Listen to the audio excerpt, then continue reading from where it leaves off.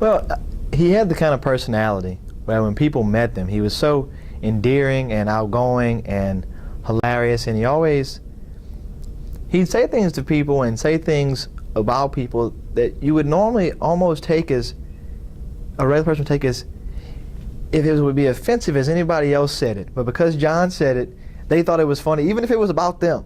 And he never took, he didn't take anything from anybody. Like if anybody tried to give him havoc by being a little guy or a white guy or, you know, a white sprinter or, you know, having long hair and looking funny and just being a fast, athletic white kid, he was always so much wittier than anybody and so much smarter than anybody that he always came back at them with something smarter and quicker and wittier than they could keep up with, where it was, you weren't going to max words with him and win. And on the same note, even after you were done, even if you argued with him, when you were done, you loved him. You couldn't help it.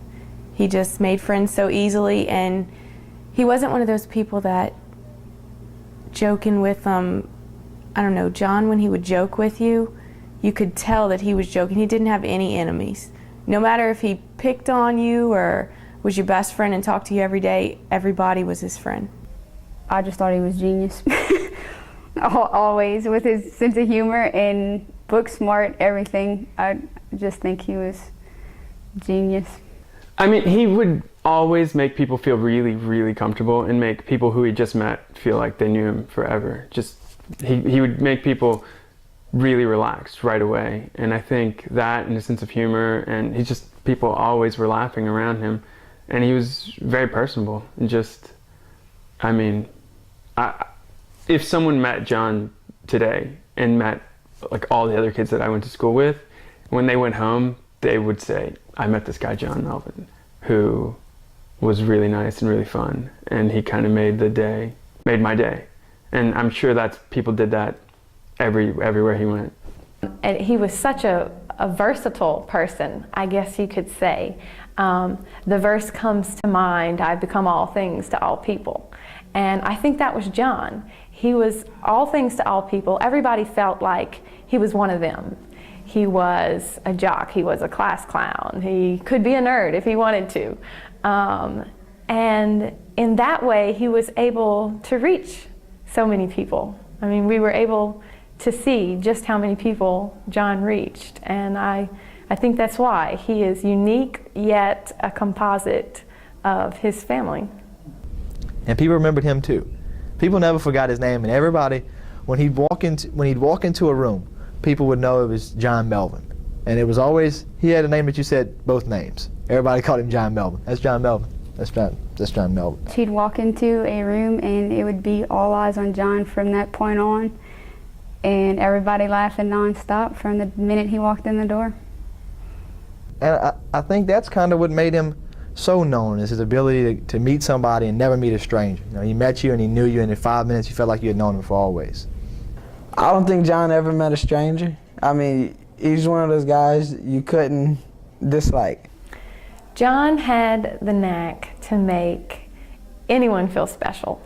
I think anyone that knew John well and was a friend of John, or even didn't know him well, he just had a knack for making people feel special. And he was good looking, so all the girls naturally remembered his name. And I guess he played two sports. You know, he played two sports too, so he knew all 100 guys on the football team, and they all knew him because he was that kid who was so fast on the football team. Everybody seemed like that John was their best friend because he was so personal with everybody, and he wasn't afraid to show, you know, his side, and I think that's why people were very close to him. He wasn't afraid to show when he was happy, when he was sad, and man, that's very rare to find, and that's why I believe, man, you could go to a million people and they would all say the same things about John. Very humble. I don't think he ever understood the extent of what, you know, how many people he touched and how many people that looked up to him. I definitely know that he didn't think of himself as being any kind of celebrity or being Mr. Popular at Berwick. He was just average Joe, every day coming to school. But he reached out a hand to everybody, no matter what. And I don't think he never realized that. But I know I've heard from so many people the same thing, you know, different things that John did for them in their lives and touched their heart in certain ways. But he never thought of himself that way, as being everybody. I mean, he just thought he was just being human. Hi, how are you doing? You know, is everything okay? Having a good day? Make them laugh, make them smile, and go about his business.